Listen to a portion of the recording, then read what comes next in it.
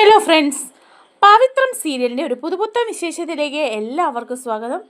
വരാൻ പോകുന്ന ഒരു അടിപൊളി കിടുക്കാച്ചി എപ്പിസോഡ് വിശേഷത്തിലേക്കാണ് നമ്മൾ പോകുന്നത്.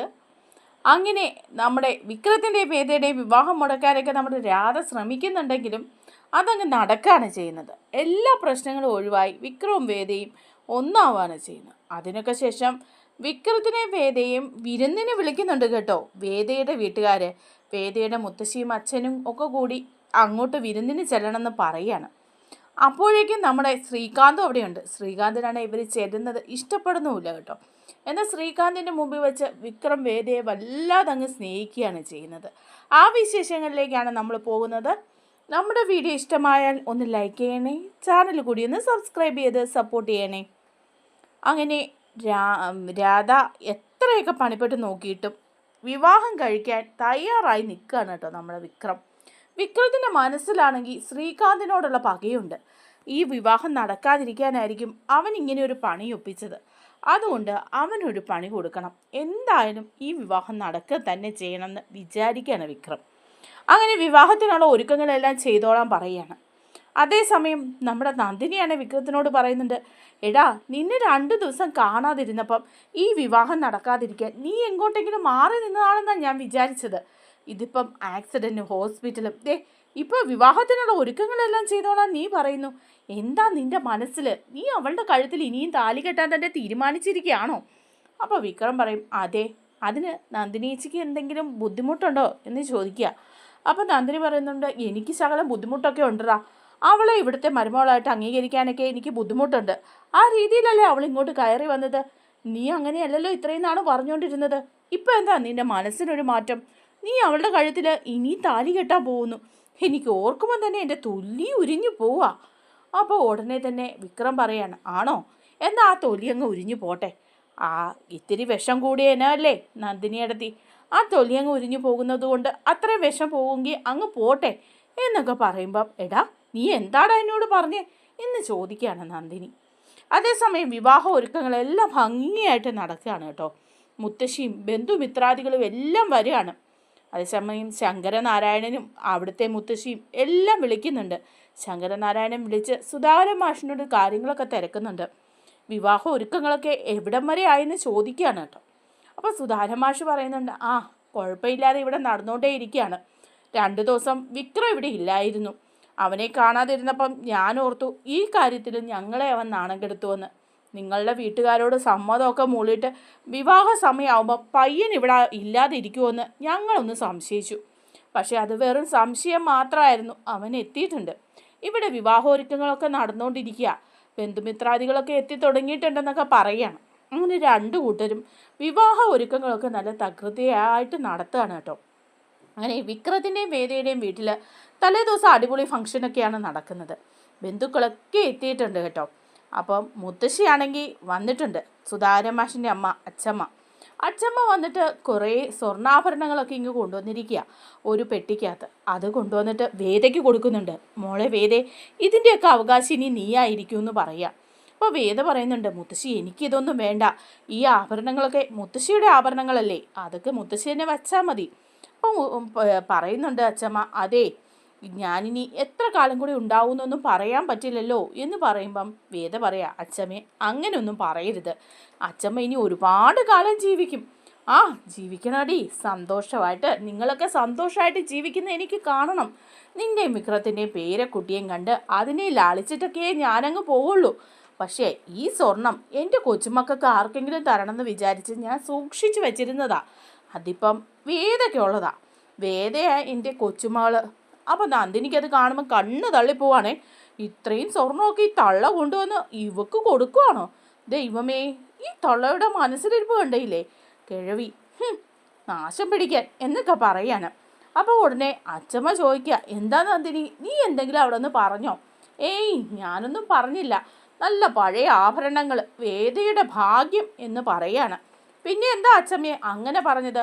വേദയ്ക്ക് മാത്രമേ ഇതിനൊക്കെ അവകാശമുള്ളൂ, ഞങ്ങൾക്കാർക്കും ഇതിന് യാതൊരു അവകാശവും ഇല്ലേ? അപ്പോഴേക്കും അച്ഛമ്മ പറയാണ്, എടി ഇതിന് അവകാശി വേദ തന്നെയാണ്. ഞാൻ ഈ സ്വർണം കൊടുക്കുന്നതേ വിറ്റ് കാശാക്കി മാറ്റിവെക്കാനല്ല, അത് ഇനിയും സൂക്ഷിച്ചു വെക്കാനാ. ഇനി വരുന്ന തലമുറയ്ക്കും ഉപയോഗിക്കാനുള്ളതാ ഈ സ്വർണം. അതുകൊണ്ട് ഇതെൻ്റെ വേദമോൾക്കേ കൊടുക്കുള്ളൂ. ഇത് കിട്ടുമെന്ന് ഏതെങ്കിലും അവളുമാർ വിചാരിച്ചിട്ടുണ്ടെങ്കിൽ ആ സ്വപ്നം മനസ്സിൽ തന്നെ അങ്ങ് കുഴിച്ചു മൂടിയേക്ക്. അപ്പം നന്ദിനി മനസ്സിൽ വിചാരിക്കോ, ഇവരെന്തൊരു സാധനം ഇത് എന്നൊക്കെ ഇങ്ങനെ വിചാരിക്കുകയാണ്. അങ്ങനെ കല്യാണത്തിൻ്റെ തലേദിവസം അവിടെ ഭയങ്കരമായിട്ടുള്ള ഫംഗ്ഷനും ഡാൻസും പാട്ടും എല്ലാം നടക്കുകയാണ് കേട്ടോ. അങ്ങനെ വിവാഹ ദിവസം എത്തുകയാണ്. വിവാഹ ദിവസം വേദ നല്ല സുന്ദരിയായിട്ട് പട്ടുസാരിയൊക്കെ കൊടുത്ത് അണിഞ്ഞൊരുങ്ങിയിട്ടുണ്ട്. ക്ഷേത്രത്തിൽ വെച്ചിട്ടാണ് കേട്ടോ വിവാഹം നടക്കാൻ പോകുന്നത്. എല്ലാം നല്ല സെറ്റപ്പായിട്ടുണ്ട് കേട്ടോ. അങ്ങനെ വിവാഹ മണ്ഡപത്തിലേക്ക് വിക്രവും വേദയും പോവാണ്. അപ്പോൾ വേദയുടെ വീട്ടിൽ നിന്ന് വേദയുടെ അച്ഛനും മുത്തശ്ശിയും മറ്റുള്ളവരും എല്ലാവരും വരുന്നുണ്ട് കേട്ടോ. എന്നാൽ ശ്രീകാന്തും വർഷയും മാത്രം വരുന്നില്ല. ശ്രീകാന്തിനാണെങ്കിൽ ഈ വിവാഹം നടക്കുന്നതിനോട് ഒട്ടും താല്പര്യമില്ല. അതുകൊണ്ട് തന്നെയാണല്ലോ ശ്രീകാന്ത് വിക്രത്തിനെ വണ്ടി ഇടിച്ച് കൊല്ലാൻ ശ്രമിച്ചത്. ഇത് വിക്രത്തിൻ്റെ മനസ്സിലും ഉണ്ട് കേട്ടോ. അങ്ങനെ വിക്രം വേദയുടെ കഴുത്തിൽ താലി കെട്ടുകയാണ് ചെയ്യുന്നത്. ഈ സമയം നമ്മുടെ രാധയും അവിടെ ഉണ്ട് കേട്ടോ. രാധയ്ക്ക് ഇതൊക്കെ കാണുമ്പോൾ അങ്ങ് കണ്ട് സഹിക്കാൻ പറ്റുന്നില്ല. വിക്രമാണെ തന്നെ ഒഴിവാക്കുകയും ചെയ്യും. എന്നാലും രാധ ഇതിങ്ങനെ കണ്ണ് നിറഞ്ഞ് നോക്കി നിൽക്കുന്നൊക്കെ ഉണ്ട്. അത് കഴിഞ്ഞ് വിക്രം വേദയ്ക്ക് ഭക്ഷണം വാരി കൊടുക്കുകയൊക്കെ ചെയ്യാണ്. അപ്പം രാധ ഇതിങ്ങനെ നോക്കി നിൽക്കുക കണ്ണ് നിറഞ്ഞ്. അപ്പോൾ നന്ദിനി അങ്ങോട്ട് വന്നിട്ട് രാധയോട് ചോദിക്കുന്നുണ്ട്, എന്താടി രാധേ ഇത്ര നോക്കി നിൽക്കാനായിട്ടുള്ളത്? നിനക്ക് പല അവസരങ്ങളും കിട്ടിയതല്ലേ അവനെ വിവാഹം കഴിക്കാൻ. എന്നിട്ട് നീ പൊട്ടത്തി, നീ എല്ലാം അങ്ങ് വിട്ടുകൊടുത്തു. നിന്നെ പറഞ്ഞാൽ മതിയല്ലോ, നിന്നെ സഹായിക്കാൻ വേണ്ടി ഇറങ്ങി തിരിച്ച് എനിക്കും കൂടെ ചീത്തപ്പേരായി എന്നൊക്കെ നന്ദിനിയും പറയുകയാണ് കേട്ടോ. അങ്ങനെ അവിടെ നിന്ന് രാധ കരഞ്ഞുകൊണ്ട് പോവുകയൊക്കെ ചെയ്യുന്നുണ്ട്. അതിനുശേഷം വേദയും വിക്രമും കൂടെ വിക്രമിൻ്റെ വീട്ടിലേക്ക് വന്ന് കയറുകയാണ്. അവിടെ വന്ന് കയറി എല്ലാ പാലും പഴവും കൊടുക്കുകയും അങ്ങനെ ചടങ്ങുകളെല്ലാം അച്ചമ്മ നടത്തുകയാണ് ചെയ്യുന്നത്. എല്ലാവരും ഭയങ്കര സന്തോഷത്തിലാണ് കേട്ടോ. ആ സമയത്ത് നമ്മുടെ ശങ്കരനാരായണനും മുത്തശ്ശിയും അതുപോലെ തന്നെ വേദയുടെ അമ്മയും ഒക്കെ വന്നിട്ട് പറയുന്നുണ്ട് രണ്ടുപേരോടും. വിക്രമിനോട് പറയാണ്, വിക്രം നിങ്ങൾ രണ്ടുപേരും കൂടെ വീട്ടിലേക്ക് വരണം എന്ന് പറയാണ് വിരുന്നിനായിട്ട്. അപ്പോൾ വിക്രം ചോദിക്കുക, എന്തിനാ ഇനി വിരുന്നിനായിട്ട് ഞാനങ്ങോട്ട് വരുന്നത്? ഇതിനു മുമ്പ് നിങ്ങളെ മകളെ കൊണ്ടുവിടാനായിട്ട് പല പ്രാവശ്യം വന്നിട്ടുള്ളതല്ലേ. അപ്പോൾ ശങ്കരനാരായണൻ പറയാണ്, ഇത് അതുപോലല്ലല്ലോ. വിവാഹം കഴിഞ്ഞ് ചെറുക്കനും പെണ്ണും വിരുന്നിന് വരിക എന്ന് പറയുന്ന ഒരു ചടങ്ങൊക്കെ ഉണ്ട്. അതിന് ഞാൻ നിങ്ങളെ ക്ഷണിക്കുകയാണ്. രണ്ടുപേരും കൂടി അങ്ങോട്ട് വരണം. വിക്രത്തിന് ഇനി എന്തെങ്കിലും ബുദ്ധിമുട്ടുണ്ടെങ്കിൽ അത് ഞാൻ പറയുന്നില്ല, എന്നാലും എൻ്റെ കടമ ഞാൻ നിർവഹിക്കുകയാണെന്ന് പറയാം. അപ്പോൾ വേദ ചോദിക്കുക, അച്ഛാ ഞങ്ങൾ അങ്ങോട്ട് വന്നാൽ അത് ശ്രീകാന്തേട്ടനെ ഇഷ്ടപ്പെടില്ല. വെറുതെ അവിടെ വന്നിട്ട് വിക്രമുമായിട്ട് എന്തെങ്കിലും കശപിശയൊക്കെ ഉണ്ടാകേണ്ട കാര്യമുണ്ടോ എന്ന് ചോദിക്കുക. അപ്പോൾ ശങ്കരനാരായണൻ പറയാണ്, നിങ്ങൾ ശ്രീകാന്തിൻ്റെ ഇഷ്ടമൊന്നും നോക്കാനൊന്നും പോകണ്ട. ഞാനാ നിങ്ങളോട് ഇക്കാര്യം പറഞ്ഞത്. അതുകൊണ്ട് നിങ്ങൾ രണ്ടുപേരും കൂടെ വീട്ടിലേക്ക് വിരുന്നിന് വരണമെന്ന് പറയുക. അപ്പോൾ മുത്തശ്ശിയും പറയുന്നുണ്ട്, അതെ നിങ്ങൾ രണ്ടുപേരും കൂടെ വരണം. ശ്രീകാന്തിന് ഇഷ്ടപ്പെട്ടാലും ശരി ഇല്ലെങ്കിലും ശരി എന്ന് പറയാം. അപ്പോൾ വിക്രം മനസ്സിലിങ്ങനെ ആലോചിക്കുകയാണ്, ശ്രീകാന്തിനായിട്ട് ഒരു പണി തന്നെ കൊടുക്കണം. കാരണം അവൻ എന്നെ കൊല്ലാൻ വരെ നോക്കിയതാ.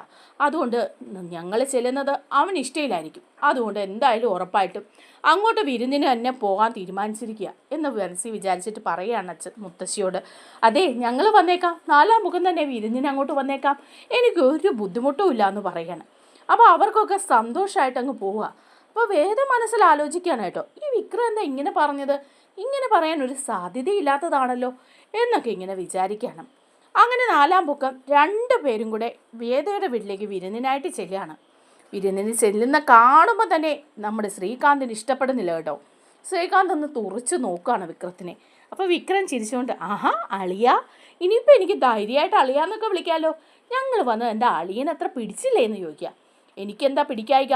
അച്ഛൻ പറഞ്ഞിട്ടല്ലേ നിങ്ങൾ വന്നത്. നീ കൂടുതൽ എന്നെ ഭരിക്കാനൊന്നും വന്നേക്കരുത് വിക്രം. ഞാനെല്ലാം അങ്ങ് ക്ഷമിച്ചിരിക്കുകയാണ് എന്ന് പറയുക. അപ്പോൾ വേദ പറയുന്നുണ്ട്, ശ്രീകാന്തേട്ടൻ വിക്രത്തിനെ ഒന്നും പറയാൻ ഞാൻ സമ്മതിക്കില്ല. അച്ഛൻ വിളിച്ചിട്ട് വിരുന്നുകാരായിട്ടാണ് ഞങ്ങൾ ഇങ്ങോട്ട് വന്നത്. ആ മര്യാദ ഏട്ടൻ കാണിക്കണം എന്ന് പറയാണ്. അങ്ങനെ ശ്രീകാന്തിൻ്റെ മുമ്പിൽ വെച്ച് തന്നെ വിക്രത്തിനും വേദയ്ക്കും അച്ഛമ്മയും മുത്തശ്ശിയും അമ്മയും എല്ലാവരും ഇരുന്ന് ഭക്ഷണമൊക്കെ കൊടുക്കുകയാണ് കേട്ടോ. അപ്പം ശ്രീകാന്തിനെ ചൊടിപ്പിക്കാൻ വേണ്ടിയിട്ട് വിക്രം ഓരോ ഡയലോഗുകളൊക്കെ പറയുന്നുണ്ട്. അതൊന്നും ശ്രീകാന്തിന് ഇഷ്ടപ്പെടുന്നുമില്ല. അതേസമയം വിക്രവും വേദയും കൂടെ ഇങ്ങനെ സംസാരിച്ചുകൊണ്ട് നിൽക്കുമ്പം ശ്രീകാന്ത് അതുവഴി വരുന്നത് വിക്രം കാണുകയാണ്. അപ്പോൾ തന്നെ വിക്രം ഓർക്കുകയാണ്, വേദയെ ഞാൻ സ്നേഹിക്കുന്ന പോലെ ഒന്ന് കാണിക്കാം ഇവനത് ഇഷ്ടപ്പെടില്ലല്ലോ എന്ന്. അങ്ങനെ വേദയെ കെട്ടിപ്പിടിച്ച് ഉമ്മ കൊടുക്കുകയാണ് കേട്ടോ നമ്മുടെ വിക്രം ശ്രീകാന്ത് കാണാൻ വേണ്ടിയിട്ട്. ശ്രീകാന്ത് ആണെങ്കിൽ ഇങ്ങനെ നോക്കി നിൽക്കുന്നുണ്ട്. ശ്രീകാന്തിന് അത് കണ്ടിട്ട് ഒട്ടും ഇഷ്ടപ്പെടുന്നില്ല. വിക്രം വീണ്ടും വീണ്ടും വേദയെ സ്നേഹിക്കുന്ന പോലെ ഇങ്ങനെ കാണിക്കുകയാണ് കേട്ടോ. അപ്പോൾ ശ്രീകാന്ത് നാശം പിടിക്കാൻ എന്നൊക്കെ പറഞ്ഞ് അങ്ങോട്ട് ദേഷ്യപ്പെട്ട് പോവുകയൊക്കെ ചെയ്യുന്നുണ്ട് കേട്ടോ. നമ്മുടെ വീഡിയോ ഇഷ്ടമായാൽ ഒന്ന് ലൈക്ക് ചെയ്യണേ, ചാനൽ കൂടി ഒന്ന് സബ്സ്ക്രൈബ് ചെയ്ത് സപ്പോർട്ട് ചെയ്യണേ. താങ്ക്